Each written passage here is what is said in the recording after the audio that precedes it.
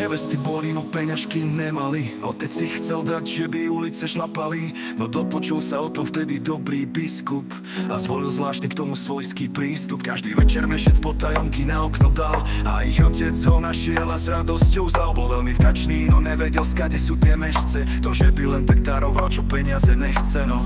Posledný mešec videl, toho tam dáva, vyskočil a kričal dobrotincovi čest a chvála. On ho však stopol, nehovor nikomu, no on nevydržal a pochválil sa celému národu. To nie ja ti ich dávam, ale dobrotivý Boh. Keď budeš mať nadbytok, aj ty to tak rob. Odvtedy sa tento sviatok slávi po celom svete. Volal sa Mikuláš, aj vy teraz už viacej o ňom viete. Další jeho výrok bol, že jeho somár je bystrejší ako on, že nechcel zastaviť a obdariť slobodnú matku s dieťaťom.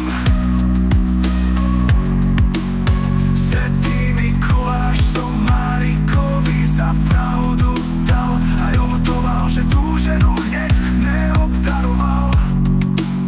Somárik zastal a Mikuláša donútil ju obdarovať, že by klebeta neveril a začal aj taký rešpektovať. Neverme na reči ostatných ľudí, je tu niekto väčší, nech on ich súdi. No deti radi Mikuláša majú, čižmičky čisté do okna dajú. Či boli dobré, a či trošku zlostili, pred Mikulášom recitovali i sa modlili. Sladkosti a ovocie sa rozdávali, deti sa starčekov radovali. Dobrým slovom a láskou sa obdarujme, aj keď sme odlišní, navzájom sa rešpektujme.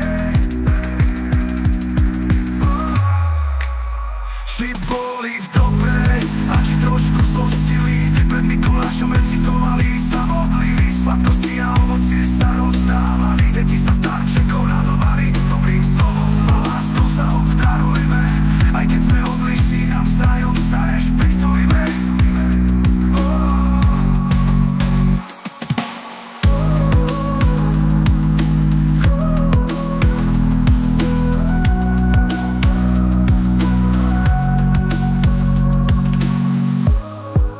Vdačný, no nevedel, skade sú tie mešce.